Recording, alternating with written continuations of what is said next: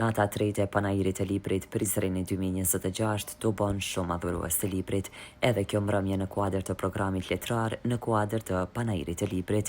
Filloi me promovimin e librit më të ri të shkrimtarit të mirënjohur kosovar Skënder Zogaj. Ajri i munguar, një përmbledhje tregimësh, krahas prezantimit të librit, autori ndan me të pranishmit kujtime dhe reflektime nga jeta e tij, si dhe në përvojën e gjatë në gazetari dhe politik. E përmendi rilindjen në Tiranë, po edhe unë du ta them edhe herë, një hap i jashtëzakonshëm i një kolegëve të mi, për tash du ta përmend me emër të ndjerin Mehmet Emrullahu, i cili ishte iniciatori që në Tiranë të fillonte botimi i gazetës Rilindja. Edhe unë them që Rilindja në Tiranë ka shërby shumë që të njihemi, se na kemi menduar që njihemi me shtetin nom, por në fakt nuk kemi njohur, sepse shumë çka ka qenë, më thonë, koha e ka bërë, rrethonet e kanë bërë vetën edhe për shumë çka nuk kemi marrë vesh. Rilindja ka qenë një urë lidhëse e jashtëzakonshme, e cila ka dhënë kontribut jashtëzakonshëm. Po, unë kam qenë gazetar aty, sepse isha i Rilindjes.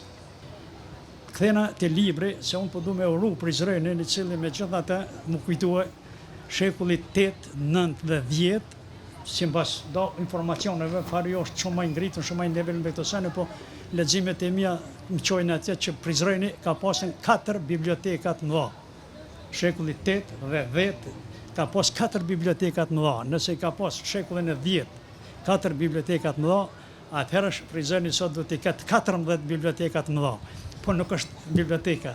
Unë mendoj që duhet jemi ne, sepse leximi, libri, megjithatë deri në vitin 2018 ka me qenë mjeti kryesor i jetës.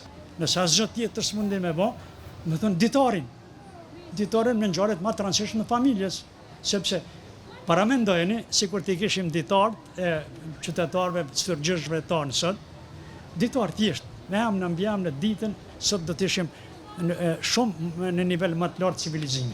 Me një recension të veprës para publikut u paraqitet edhe botuesi Berat Batiu. Të secili personazh i hapësirës narrative brenda shtëpisë ku ajri nuk është thjeshtësi e zakonshme, por është aromë e shtëpisë, ajri i ngarkuar me kujtime që nuk i dorëzohen harresës. Në këtë mënyrë teksti arrin të komunikojë për të fjalës së drejtë për drejtë, duke ndërtuar një shtërsim domethënës që i të kaluar kufijtë e shprehjes së zakonshme gjuhësore. Ajri i munguar është një libër që i vlen të lexohet sepse ofron një përvojë leximi unik, tërheqës, emocional dhe rrethtues që e bën lexuesin të kuptojë me në thellësi imunitetin e hapësirës, kohës dhe marrëdhënien ndërmjet jetës dhe artit. Prandaj ky libër është një kontribut i rëndësishëm për letërsinë bashkëkohore shqiptare. Në pjesën e dytë të programit u diskutuar rreth veprimtarisë letrare të poetës nga Prizreni, Hatixhe Çollaku Ademaj, duke vënë pa krimtarinë dhe kontributin e saj në letërsinë shqipe.